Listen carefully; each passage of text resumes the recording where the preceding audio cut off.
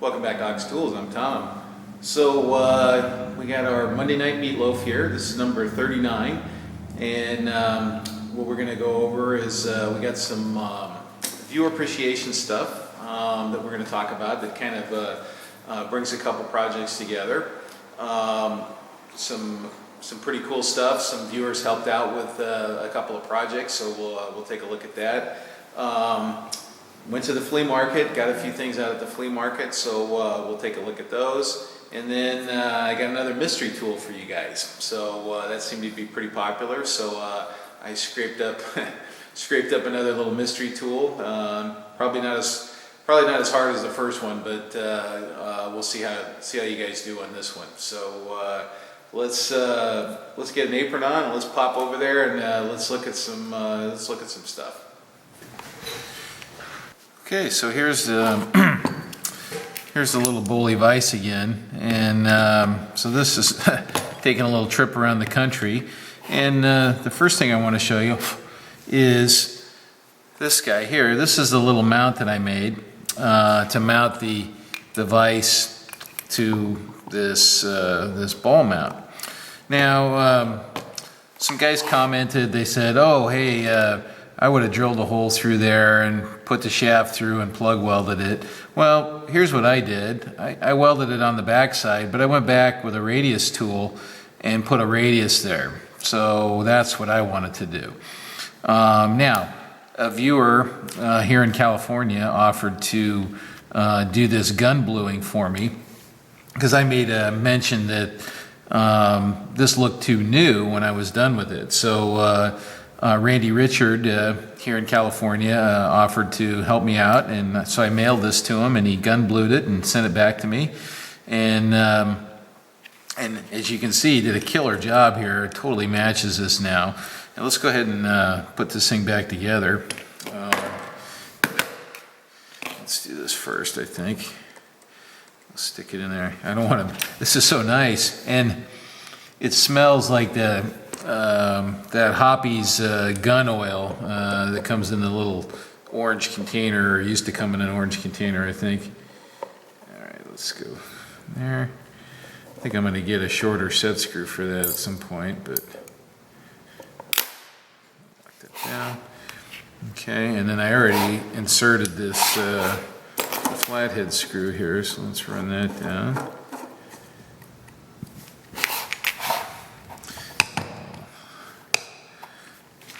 These guys in.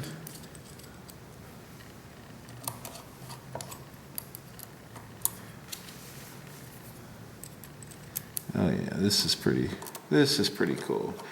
Anyway, I got to find a place to mount this now because it's kind of special now. All right, let's snug those down.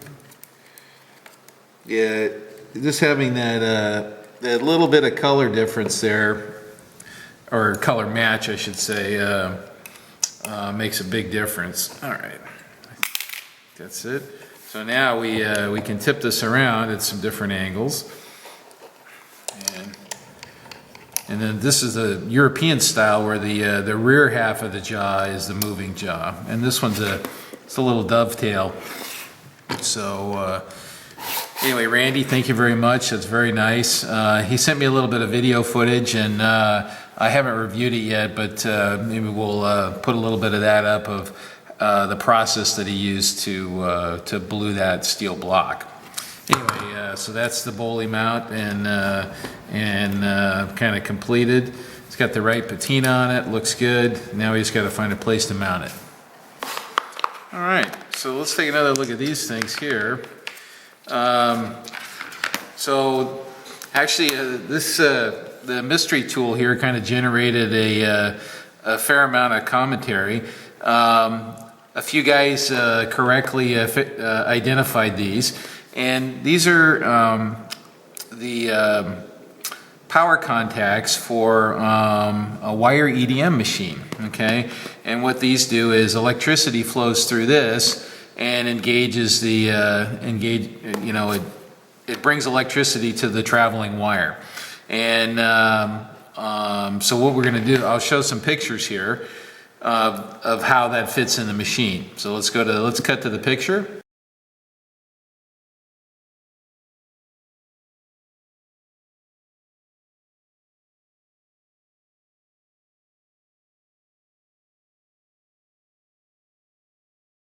Okay, so that's how how these fit in the machine, and the wire travels past here, and this is under pressure against the wire. And what the notches do, it has a registration feature, and what this allows you to do is that you can index one click, one click, one click, one click. So each one of these has 24 indexes, so that you get a uniform index. Now, so these are used in pairs. There's one at the top and there's one at the bottom, kind of like this, or like this maybe, I can't remember now. And so this has 24 indexes and this has 24 indexes, but the upper one is clocked 1/2 of an index off of this one. So by indexing this one and indexing this one, and then trading places with them, you can actually get 48 indexes out of it, okay? And with the same part, because the registration feature is clocked a little bit. So anyway, that was good. That was kind of fun, and some guys identified that, and you can see their names on the screen, and kind of in the order that they identified the first to last. Anyway, that was cool. So I'm going to find something else, and we'll do another mystery tool. Okay, so this week's mystery tool is this little guy right here. I'll spin that around so you guys can get a look at it. It's got a couple of springs in there.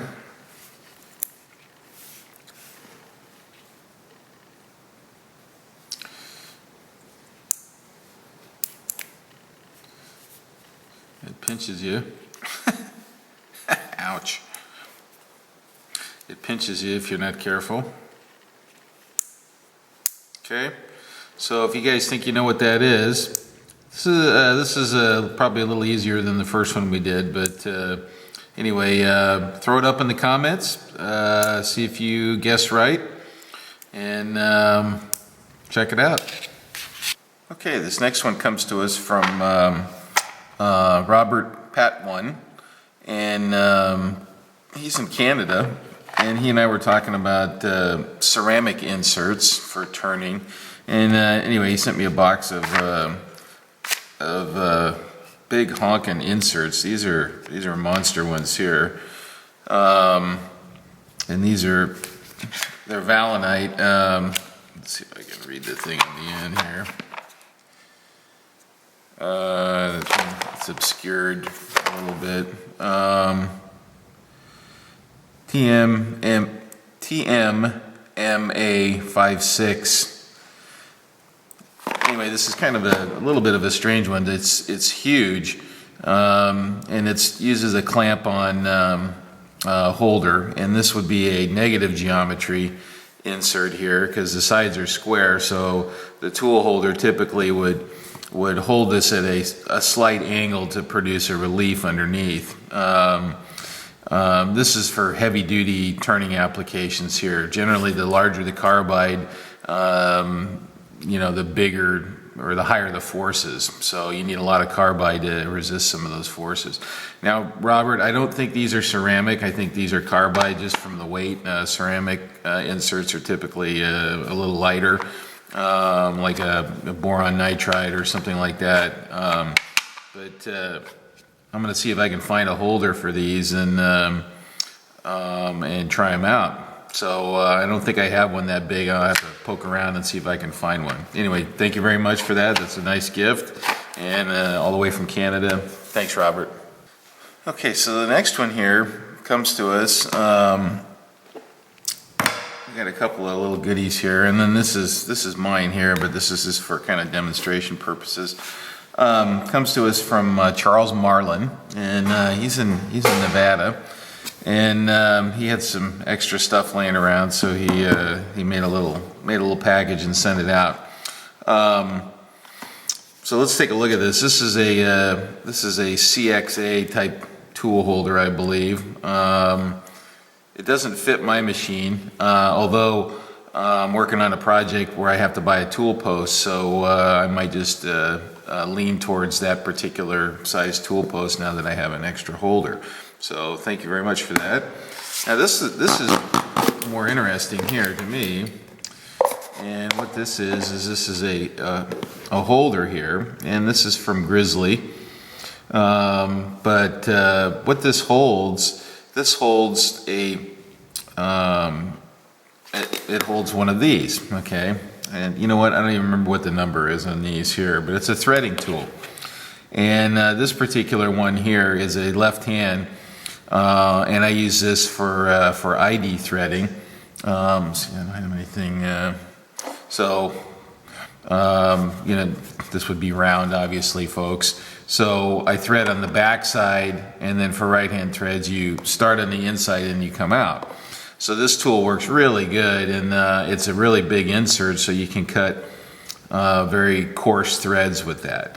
Now this is cool because I didn't have one of these, and this is a nice insert here. What this does is it holds the same insert in kind of the normal attitude here for single point threading. Now I've used this one for single point threading just by putting the tool block this way and threading kind of in the normal direction. Yeah, and it works fine for that, but this is even cooler because you can set it up kind of normal. Now I looked, and I thought I had a couple of these inserts around. They last a long time if you treat them right, and but I don't have any of these inserts, so I got to get a couple of those. I noticed Chuck got a little box of inserts, and I think there was one or two of those in that little box, so I might have to go down to outside Screwball Land and do a little horse trading with Chuck the shark down there. So anyway, so this is from Charles here, this stuff. Now Charles, the reason I brought this out here is Charles is he does SolidWorks stuff. He's kind of he's a designer for a living, and he and I got to talking about this little Boley Vise here, and he offered to draw this up in SolidWorks, and then you know, we have some plans for something later on. But anyway, I sent him this vise, and he went ahead and modeled it up in SolidWorks, and I'm going to cut to that pictures of his renderings there.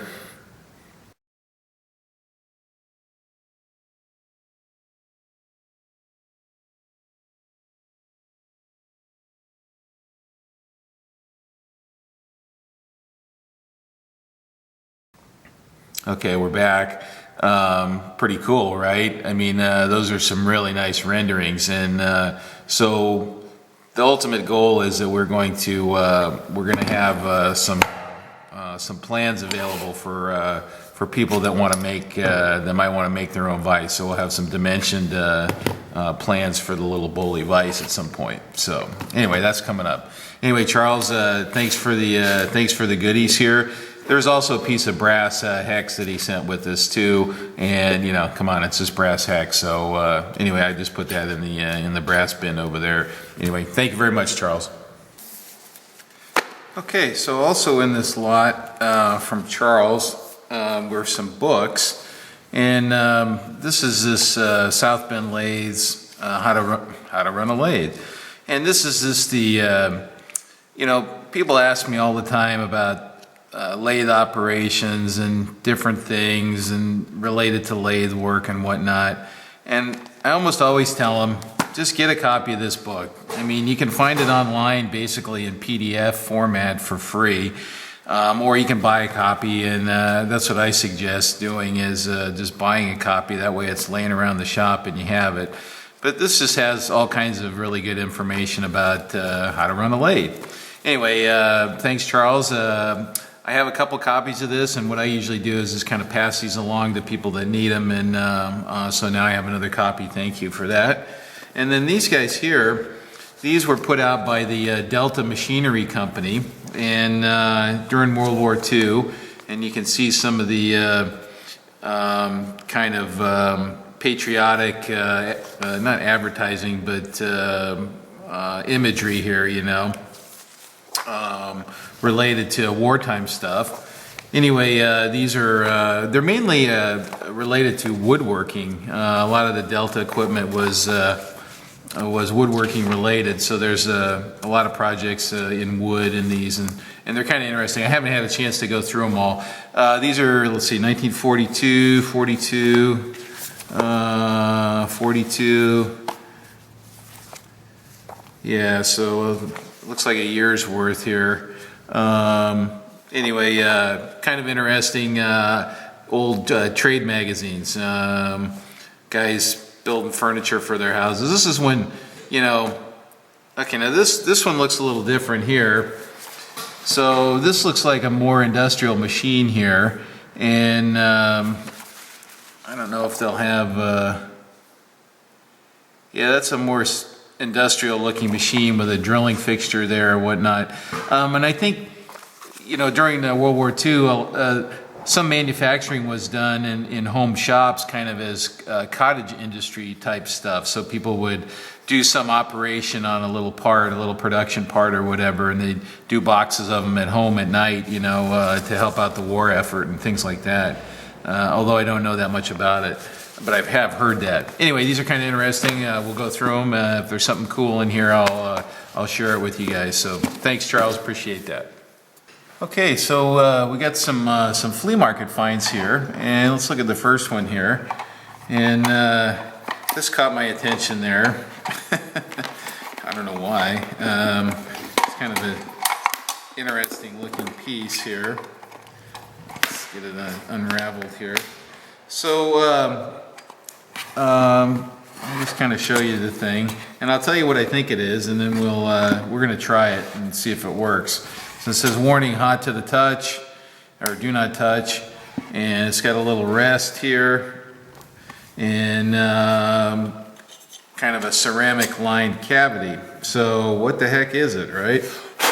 Well, what I think it is it's an inductive heater, and you see this pattern around here that's kind of, basically there's a coil here, and there's a high frequency generator here, I guess, and it makes a field that will actually heat metals. So you've probably heard of inductive heating.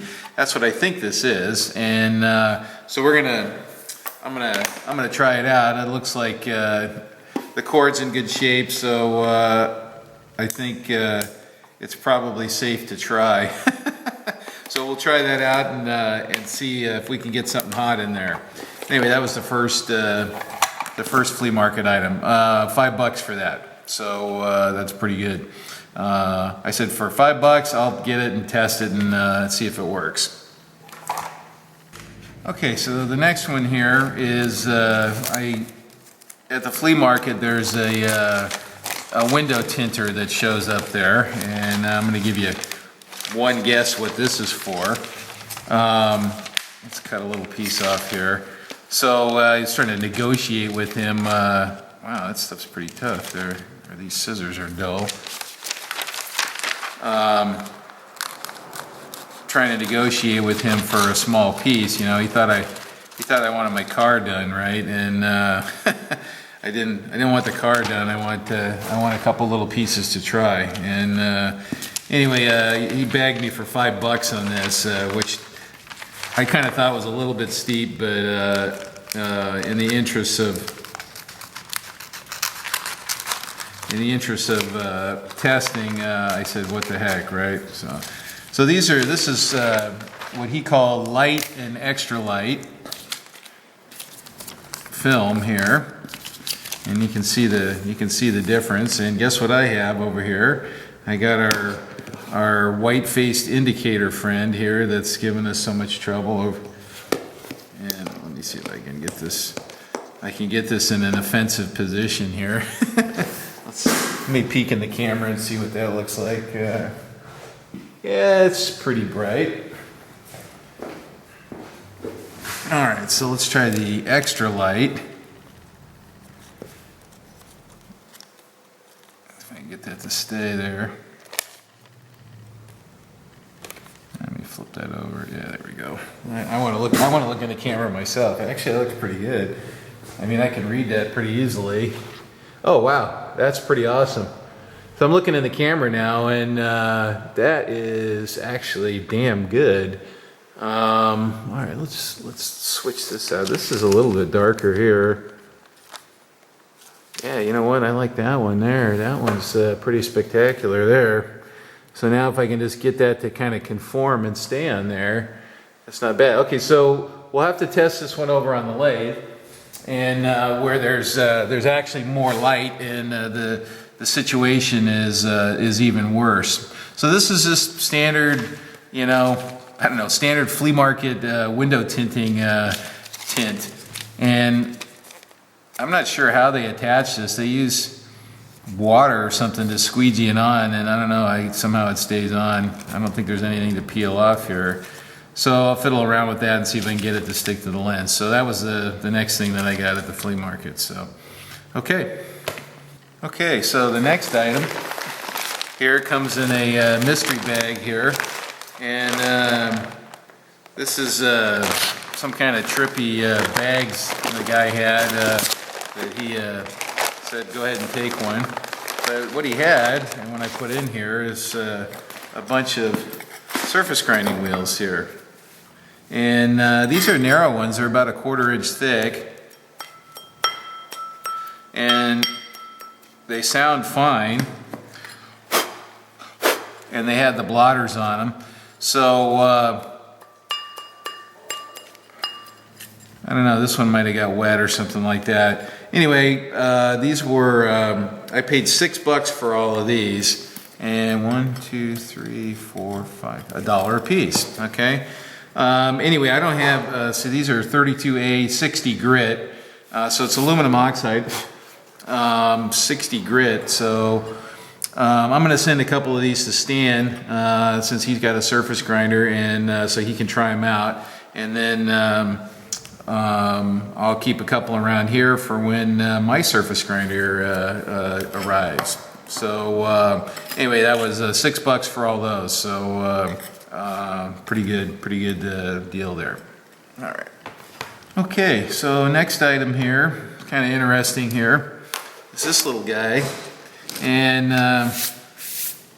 there's, you know, pretty tough to pass something like that up, huh? What do you think? So this is a close quarters drill here. And so the idea is that you can get in up to a, you know, this is for working on airplanes probably. And so you can get a drill and you can come up close to a bulkhead or some other member here and get a hole drilled.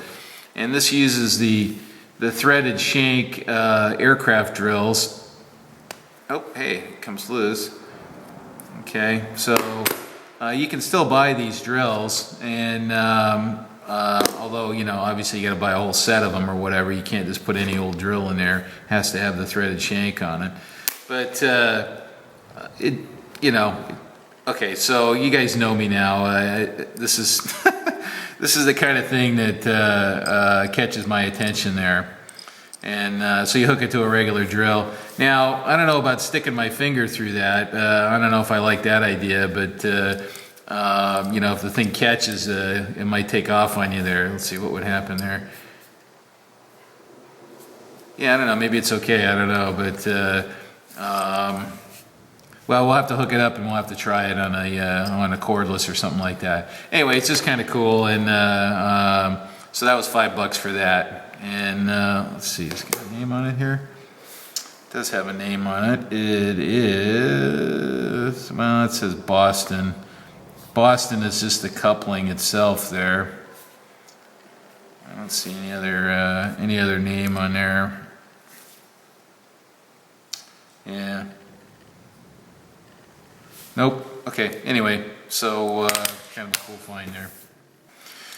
Okay, so the next one we have here are these little guys here, and these are key seat rule clamps. And somebody was asking about, well, we were talking about chisels the other day, and and chiseling keyways in shafts.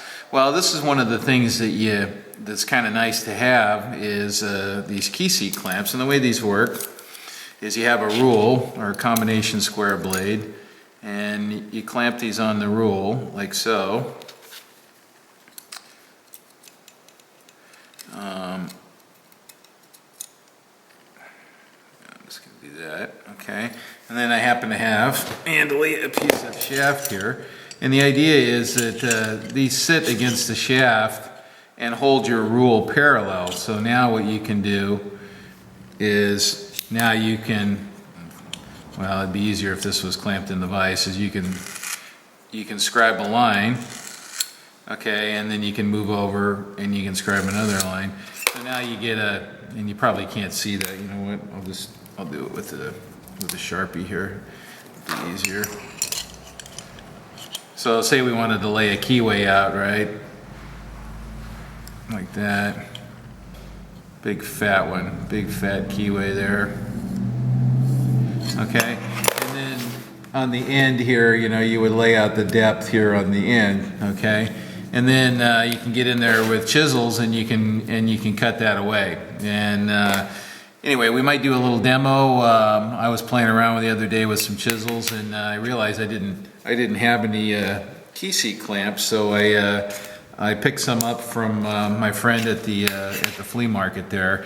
He had several styles, and I kind of like these Brown and Sharps. These are Brown and Sharp 377s, and they got a nice surface grind on this side, and they have the original little knobs. You know, if you're missing one of these knobs, I mean, you know, it's the end of no good anymore. So that's that.